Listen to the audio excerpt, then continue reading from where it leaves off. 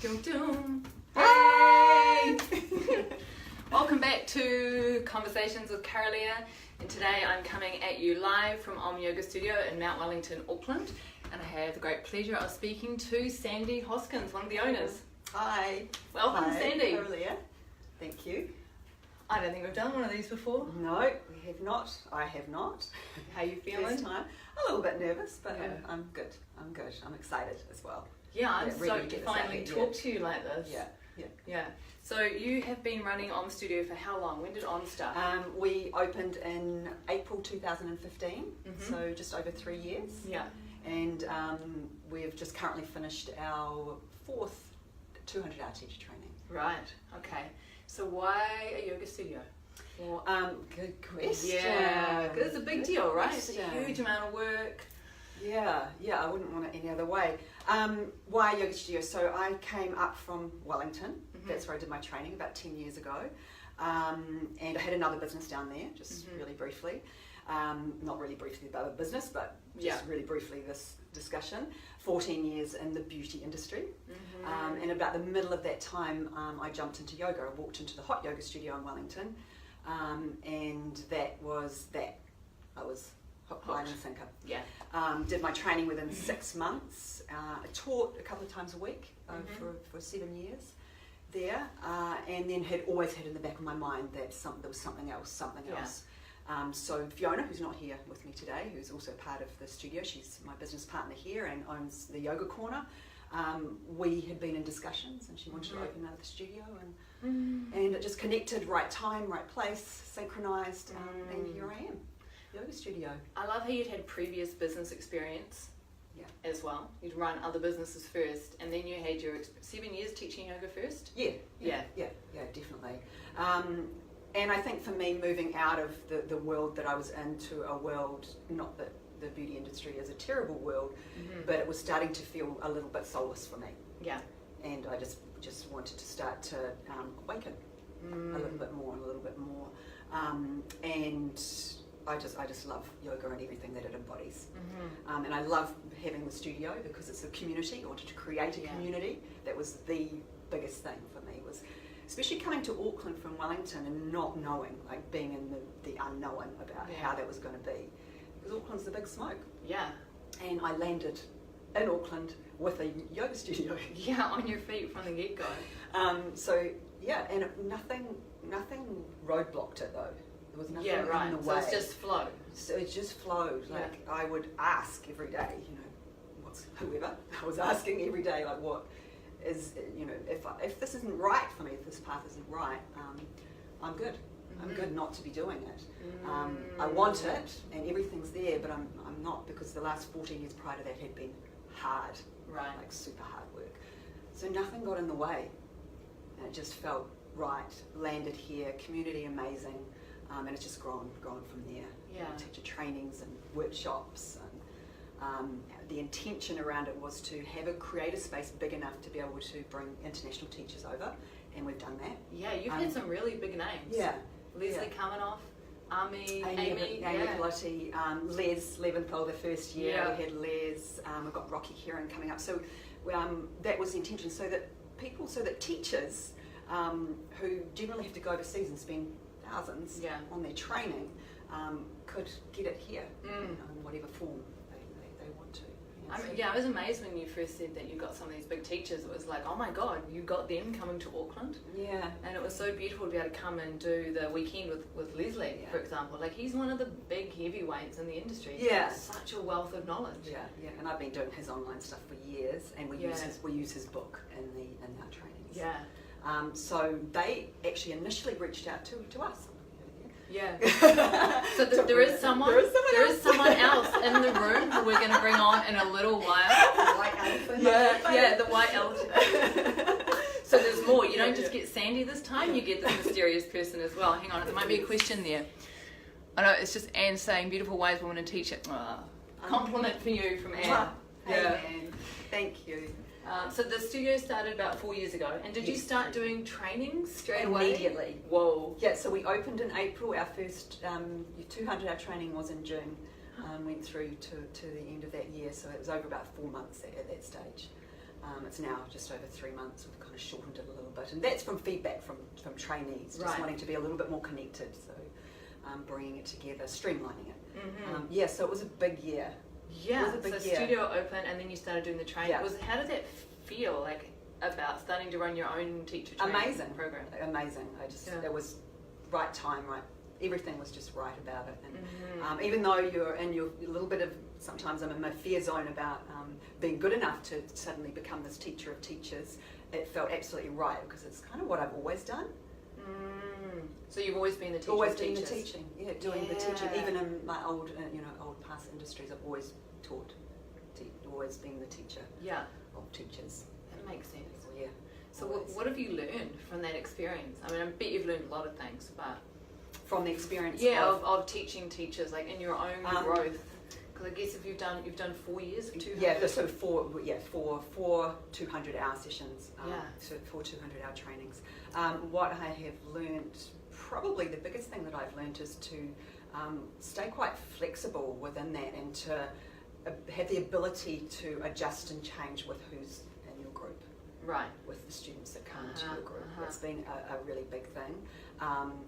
To let go of expectations a little, and so much I've learned. Yeah, so much about myself actually, and how I react and don't react to things, and holding space, like actually learning really how to hold space. And I felt like I only just got that really right this year. I felt really good about holding the space for this last lot of beautiful 10 teachers that have just graduated last weekend. And a lot more than that, like so much learning. Showing up in my own practice, my own way that I show up in life, show up for students.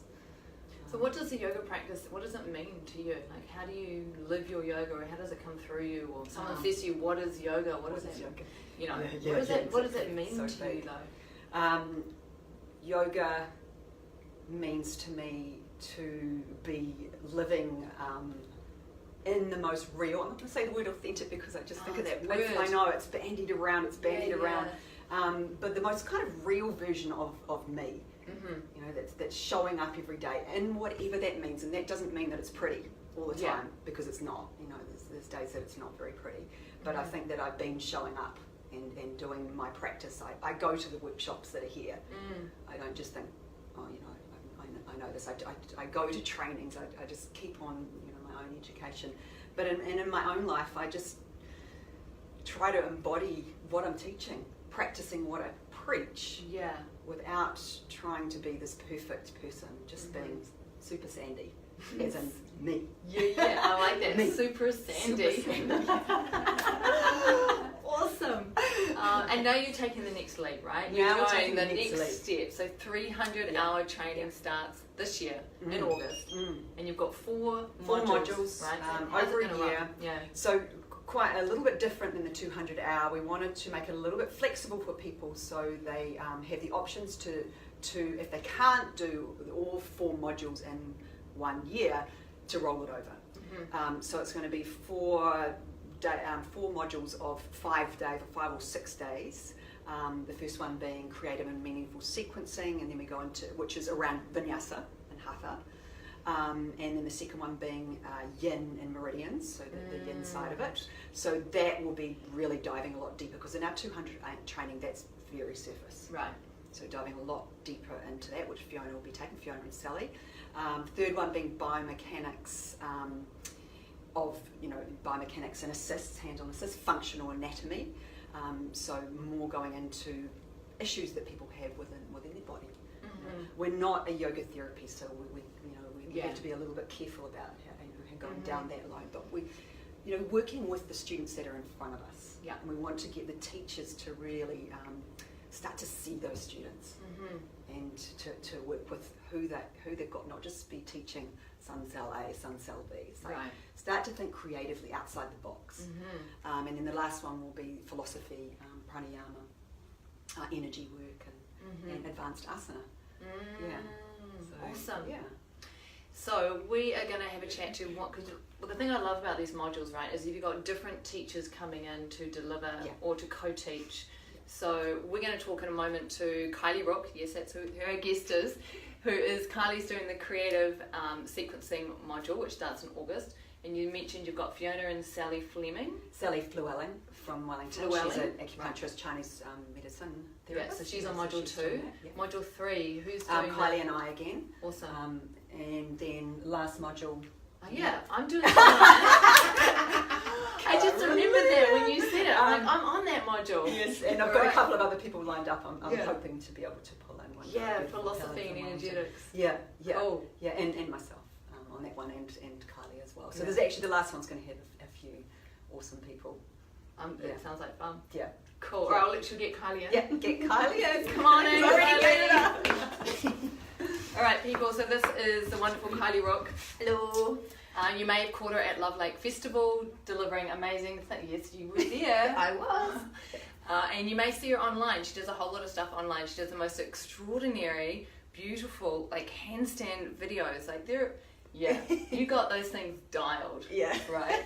So, but the thing I love about you as well, because I've been following Kylie for a while, so I know her more probably on social media than in person, but I love the way that you've also been diving into the philosophy of yoga and how it shows up in your life at the same time as paying such strong attention to the biomechanics and how things work in the body, so you can do these extraordinary handstands. So welcome, Kylie. Thank you. So creative sequencing, what do you mean by the word creative when it comes to sequencing like yoga asana?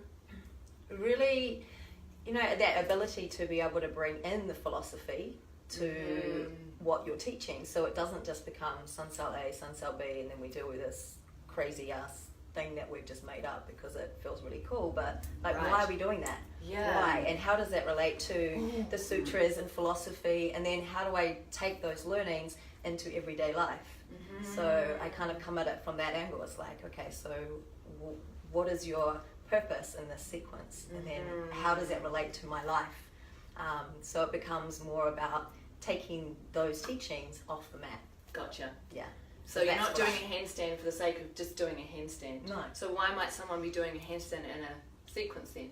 Can you give us an example? Yeah. So like when I teach handstand classes, I talk a lot about fear and the things that hold us back, and tapping into our infinite potential and that divine spark that we all have, because most of us kind of have all of these things that stop us from seeing that, and the self-doubt and negativity. And so the purpose of the handstand isn't so much about doing that asana, but let's strip away all these layers that it's stopping us from actually even trying, and stopping us from tapping into our creative spark and our inner child, and those places where we find all of that magic.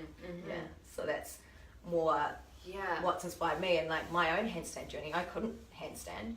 I wasn't a gymnast. I find that so hard to believe. No, it wasn't a gymnast. And actually the first time I saw somebody do a handstand in a vinyasa practice, I did the whole, it's because they were a gymnast, and like blah blah blah, story. Yeah. And it wasn't until maybe, 18 months or so after that I just went, why don't you just try? Like, you just give it a go. And so then I started to kind of play around with it, and then through that started to kind of find all the strength and courage and things that I hadn't really experienced, and then slowly built on that, and then that courage and strength and faith in myself then went into my daily life as well. So that makes sense. I started to get more confident and just like dealing with people and going after the things that I wanted, because for so long I'd sat on the kind of couch and kind of gone, I'm not good enough, I'm just not good enough, I'm not,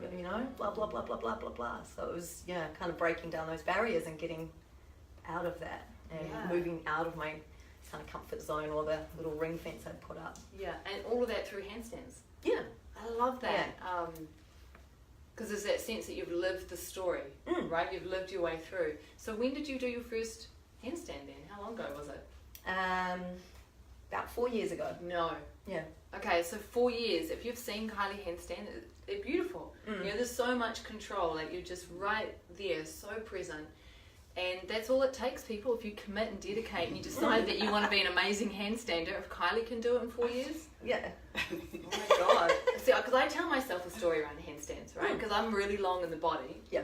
And I'm like, I can't do handstands the proper way because I literally cannot get my hips above my shoulders with my feet on the ground. Yeah. Right? Yeah. I bet you've got a workaround for that. Yeah, totally. And it's so funny because people show up to my workshops and they'll say that all the time. Oh, I've got this going on, or like I'm too this, I'm too that, or my arms are too short, or this and that, and and so we just kind of play around. And I had a lady the other day who's in her 50s, did her first handstand ever, never done one as a child, and she's just been showing, like, turning up consistently, doing her practice, letting go of attachment, all of that stuff that we talk about, and then bingo, there it was. And then you're never too late to learn how to handstand.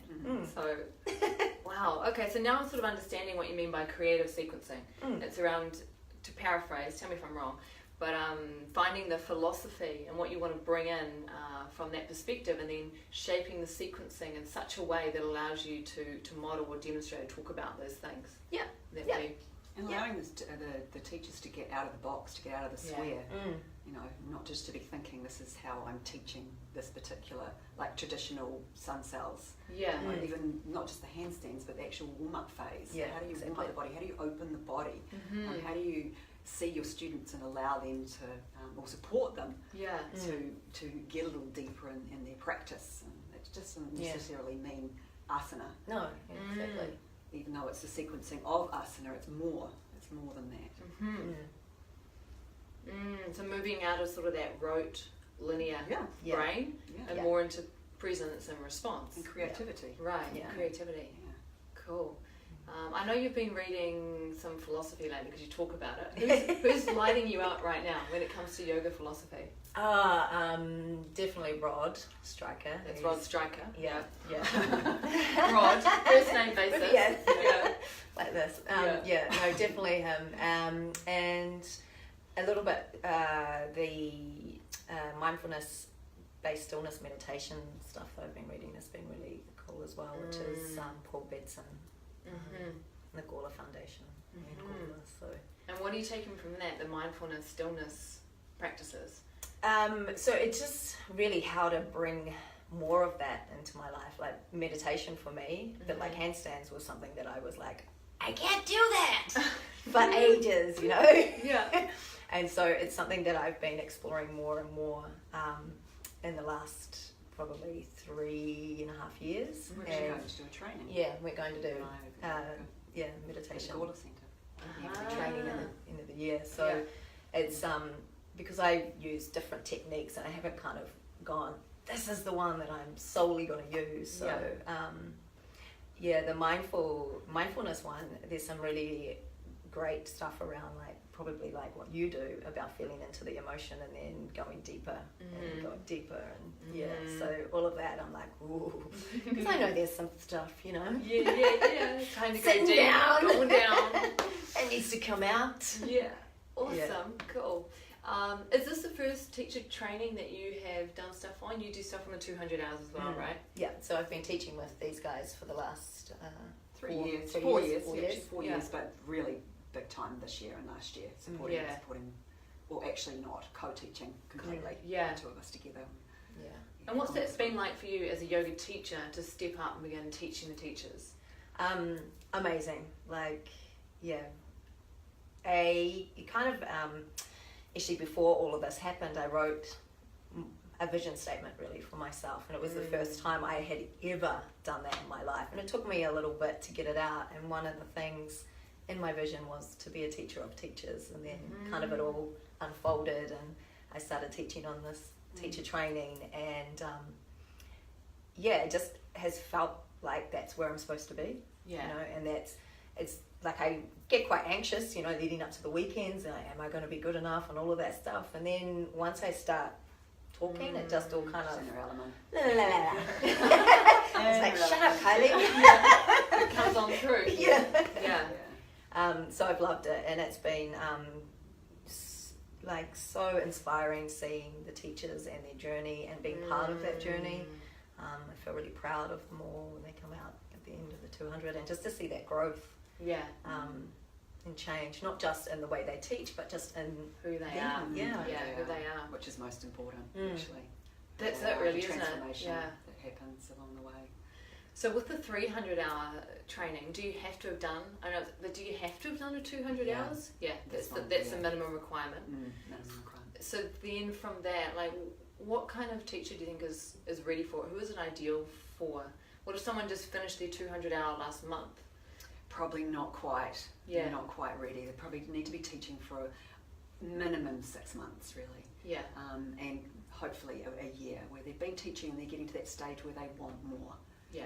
They just want to go deeper and more. Especially why we picked sequencing was because we feel that is, when we've talked to people, that's actually where there's not a lot going on in sequencing. Like you come to a stage where you're doing your traditional sun cells, sun cell A, sun cell B, and whatever else in between, but there's nothing like where to from there.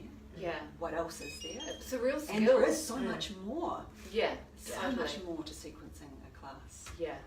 But it's a real skill that comes often over time, but also understanding. Like I know for me as a teacher, I work often from intention.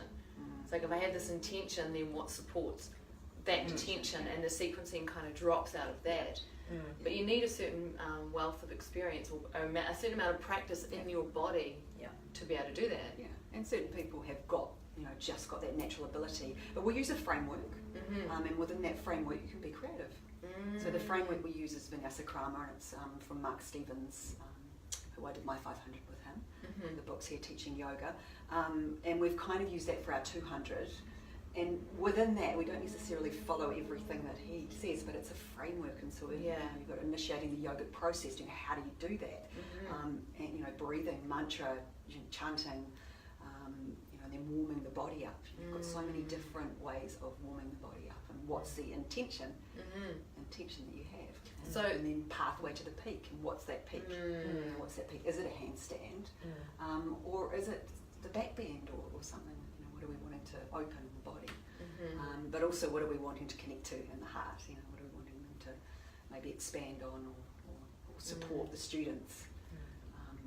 And so that teachers can actually, as I said, see their students and be able to adapt to the different classes. And I know it's really difficult in maybe a class with 30 to 40 people in there, but we can still, our aim is to give them the tools to be able to teach that amount of people all the levels in that class. They can draw on a whole lot of tools to do that. I love the multi-layered approach I'm feeling when you're talking about creative sequencing.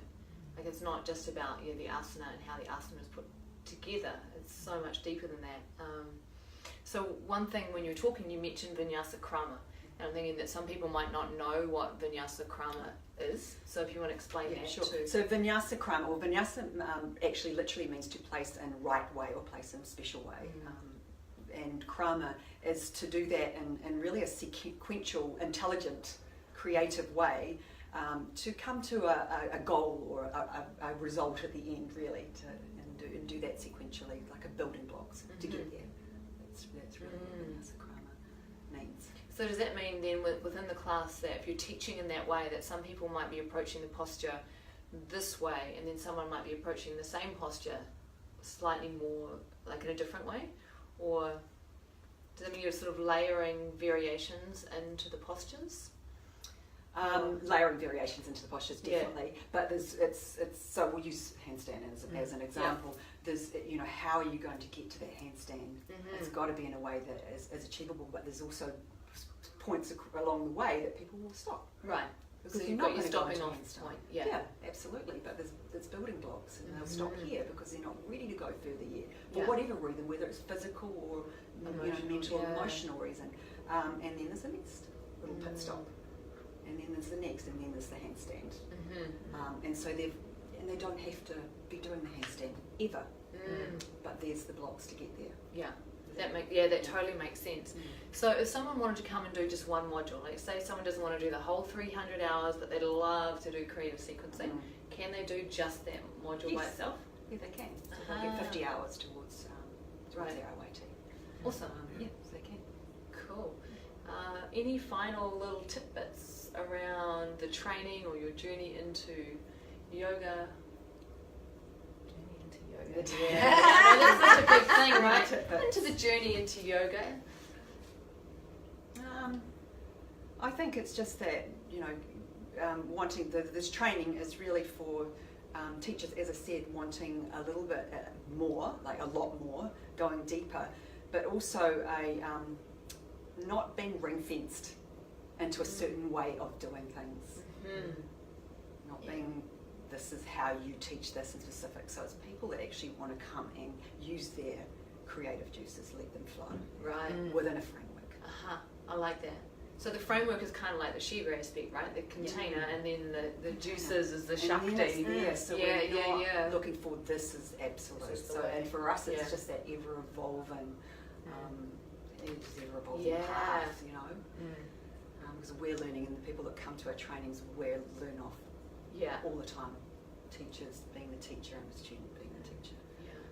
And that's what I love. Cool. That's what we want more of. Yeah.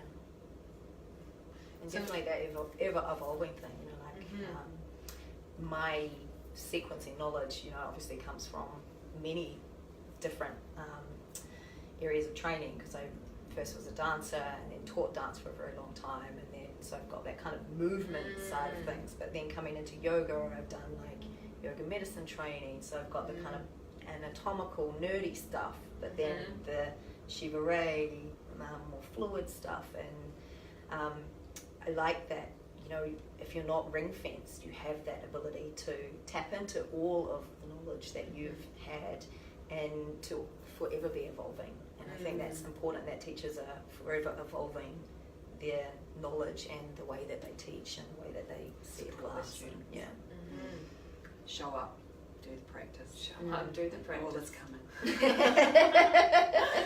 Right. So let's just double check and see if anyone's got a question to ask of either Kylie or Sandey, or about the training in particular. Now is your moment to throw a question on there.